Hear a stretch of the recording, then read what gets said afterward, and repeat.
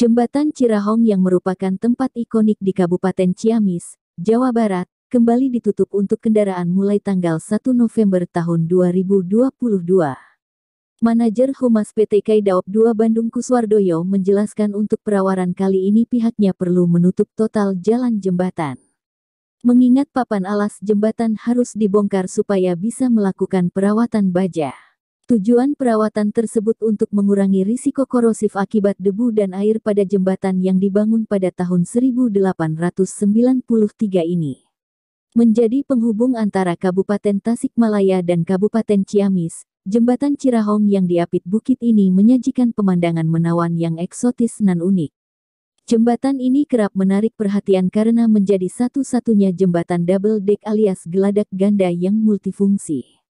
Jembatan Cirahong disebut multifungsi lantaran dapat digunakan untuk beberapa jenis kendaraan sekaligus. Bagian atas jembatan dapat digunakan untuk jalur kereta api, sedangkan bagian bawah dapat digunakan untuk lalu lintas kendaraan roda 2, 4, dan pejalan kaki. Kendati demikian, saat ini bagian bawah jembatan sudah tidak dapat dilalui kendaraan roda 4 diakibatkan faktor usia. Pasalnya, jembatan ini belum pernah sekalipun direnovasi semenjak dibangun pada 1893.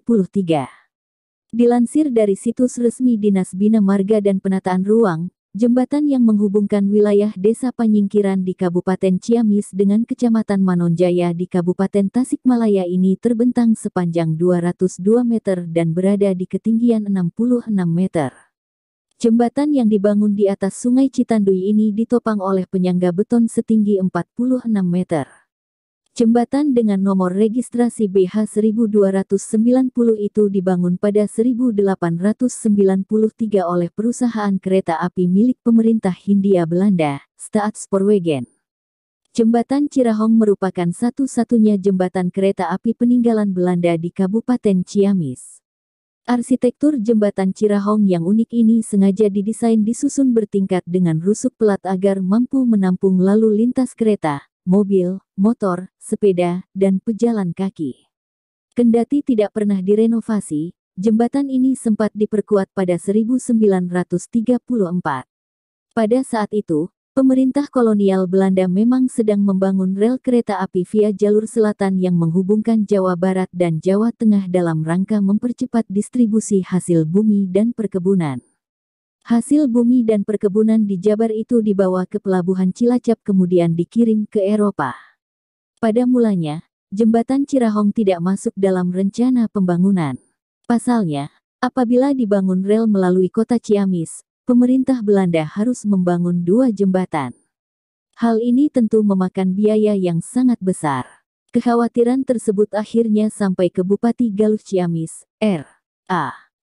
Kusumadiningrat atau biasa disapa Kangjeng Prebu. Dirinya yang memiliki pengaruh besar pada pemerintah Belanda kemudian memberikan beberapa pertimbangan pada mereka untuk membangun rel melintasi kota Ciamis. Pertama, jumlah penduduk kota Ciamis saat itu lebih besar ketimbang Cimaragas. Alhasil, keberadaan kereta api akan bermanfaat bagi masyarakat. Kedua, keberadaan stasiun kereta api dapat memperkuat eksistensi Ciamis sebagai ibu kota Kabupaten Galuh. Meski mengeluarkan biaya yang jauh lebih besar, pemerintah Belanda pun akhirnya menyetujui usulan pertimbangan Kangjeng Prebu tersebut. Saat ini, jembatan Cirahong dimiliki oleh negara dan dikelola oleh Dinas Pekerjaan Umum, Penataan Ruang, dan Pertanahan Kabupaten Ciamis dan Daerah Operasi Daop 2 Bandung PT Kereta Api Indonesia Persero. Kental dengan unsur mistik, meski megah, indah, dan unik, jembatan Cirahong juga terkenal dengan berbagai cerita dan rumor seram.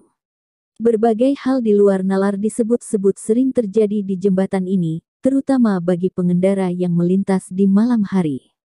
Jembatan Cirahong sempat dirumorkan sebagai tempat pembuangan mayat, percobaan bunuh diri, penampakan bayangan mobil, suara tangisan, dan lainnya.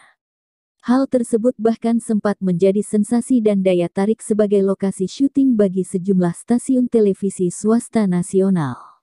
Salah satu cerita yang paling tersohor dan tentunya diketahui oleh warga setempat khususnya bagian wilayah Ciamis adalah tentang tumbal yang diberikan demi kelancaran pembangunan jembatan ini. Konon katanya, Seorang sesepuh desa bernama Sukasna sempat diberi informasi oleh Arkian, penunggu Sungai Citanduy, bahwa sungai tersebut meminta tumbal. Tumbal yang diminta adalah sepasang pengantin baru. Tumbal tersebut merupakan sebuah syarat kelancaran pembangunan jembatan Cirahong. Sukasna kemudian menyampaikan pada perwakilan perusahaan Staatspoorwegen bahwa pembangunan jembatan Cirahong tidak akan berjalan lancar karena terkendala hal-hal mistis. Pemerintah kolonial Belanda yang tidak percaya kemudian menganggap omongan Sukasna sebagai bualan.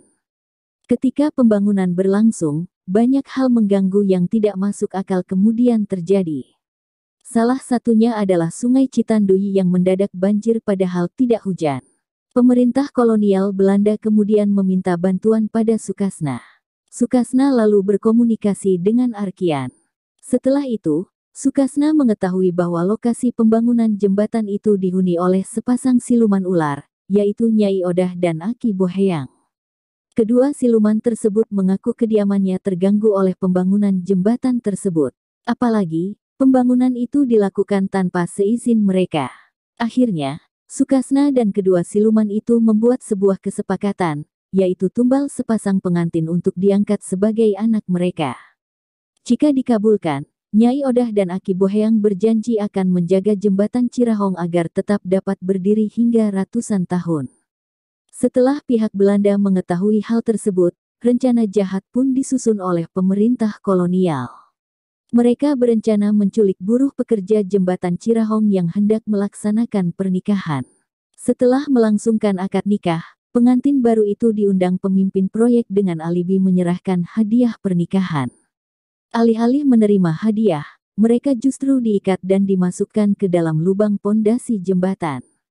Setelah dijebloskan, adonan semen, batu, dan pasir pun ditumpahkan ke atas mereka yang masih dalam kondisi hidup. Konon katanya, arwah pasangan pengantin itu masih terperangkap di alam astral hingga saat ini karena tidak terima pada perlakuan pemerintah kolonial yang menimpa mereka.